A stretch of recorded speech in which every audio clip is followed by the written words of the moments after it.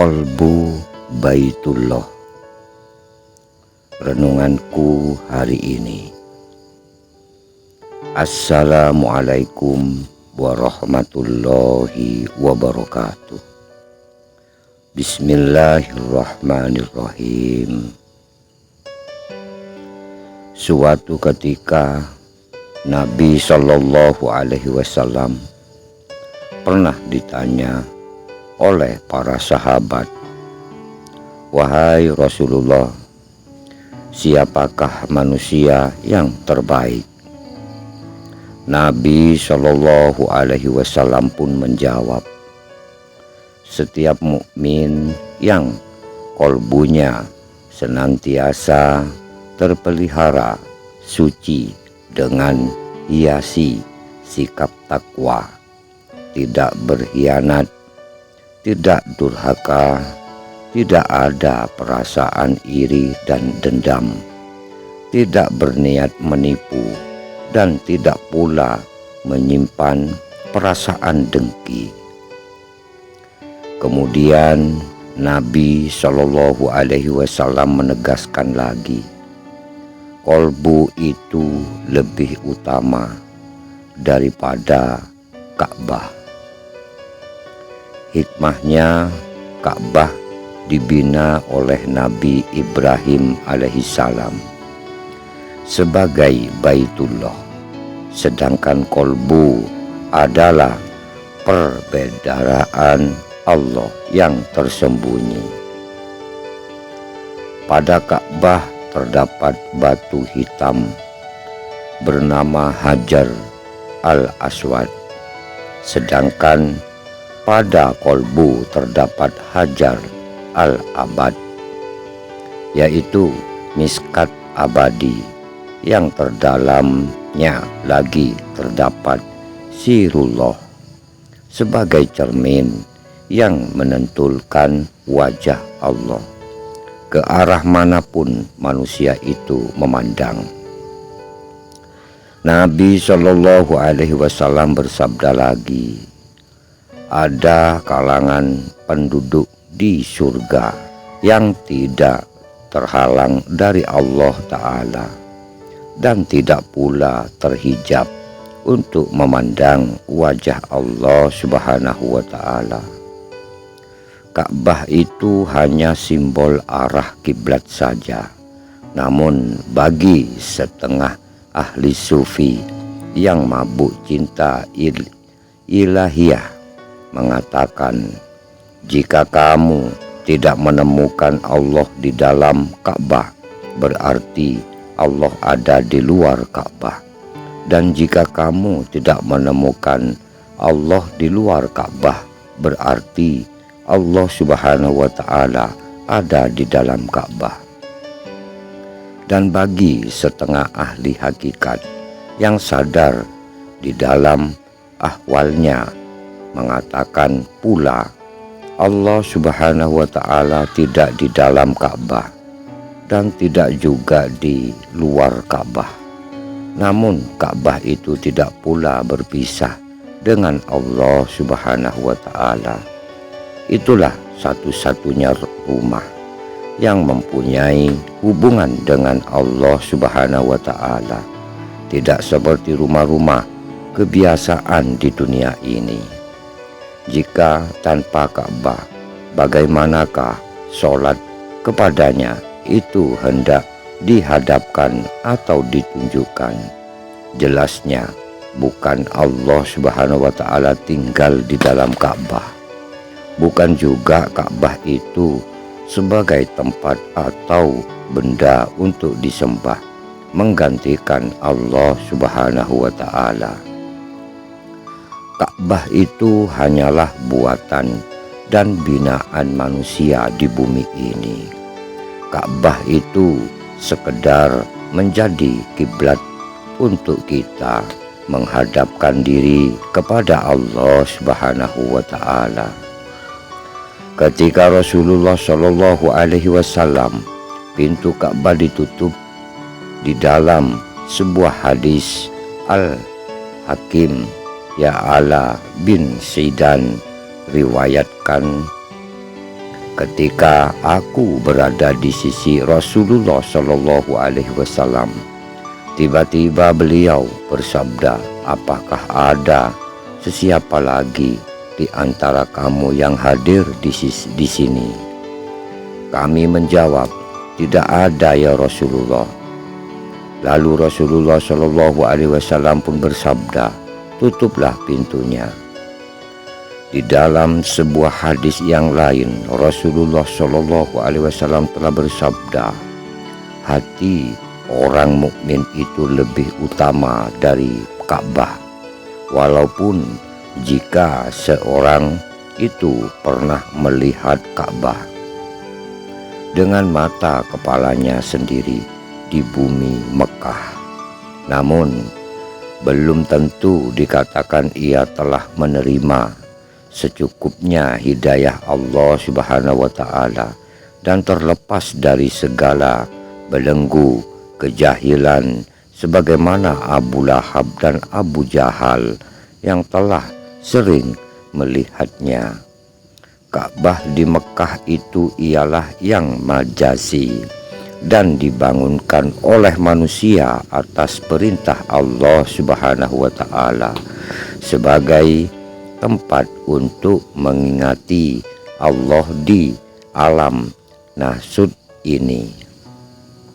Sedangkan Ka'bah Allah Subhanahu wa Ta'ala yang hakiki adalah di dalam relung mata hati mukmin yang terdalam, dan Allah Subhanahu wa Ta'ala mendirikanlah sebagai penciptanya tanpa ada campur tangan makhluk. Ka'bah inilah dikatakan sebagai alam malakut, alam jabarut, dan alam lahut yang tidak boleh ditelusuri dengan diri jasad yang kasar, kecuali dengan diri bernama ruh. Menurut pandangan ahli sufi yang mencapai mukasyafah, bahwa di mata hati terdalam manusia itu terdapat sir, laksana cermin, di mana melalui dalam diri manusia itu sajalah Allah Subhanahu wa Ta'ala telah mengungkapkan tabir dirinya dengan sempurna dan bukan di dalam dirinya sendiri. Jika dia hanya berada di dalam tamsihnya, maka tiada makhluk yang dapat mengenalnya. Justru itulah dia hanya boleh dikenali melalui tasbih, dan pada manusia itulah tasbih yang sempurna untuk mengenalnya dengan sebenar-benar kenal. Dengan arti kata lain, syuhud masyahadah atau penyaksian itu hanyalah sempurna setelah Allah Subhanahu wa Ta'ala mentajallikan dirinya kepada manusia yang kamil, karena manusia itu ibarat cermin yang memiliki dua permukaan, satu sisi yang gelap dan satu lagi di sisi yang cerah. Ka'bah yang dibina oleh Nabi Ibrahim alaihissalam hanya merupakan kasanah batu-batu asas peninggalan oleh Nabi Ibrahim alaihissalam dan putranya Nabi Ismail alaihissalam. Ka'bah yang ada di Mekah itu, jika dilihat dari bawah nampak langit di atas, jika dilihat dari atas nampak langit di bawah, jika melihat dari arah timur nampak barat, jika dilihat dari arah barat nampak timur. Penglihatan itu boleh berbolak-balik ke arah manapun kita memandang.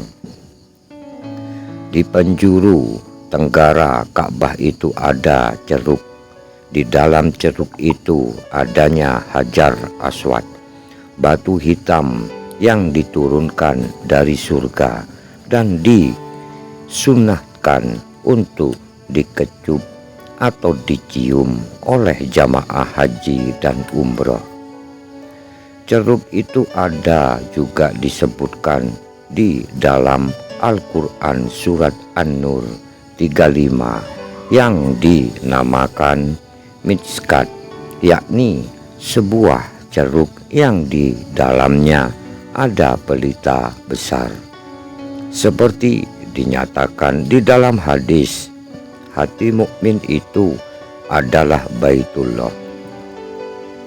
Lantaran itu hati mukmin adalah Ka'bah yang hakiki, tidak di timur dan tidak pula di barat, tidak berada di atas dan tidak pula di bawah.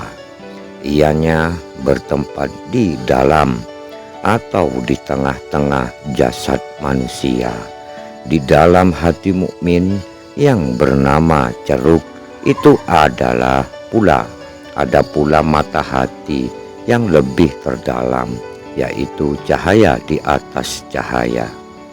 Sebagaimana di dalam Ka'bah itu kosong, begitulah seharusnya hati seseorang mukmin itu kosong dari segala akwan atau gambaran duniawi, dalam kesadarannya bahwa Allah Subhanahu wa Ta'ala itu Maha Esa dan tiada sekutu baginya.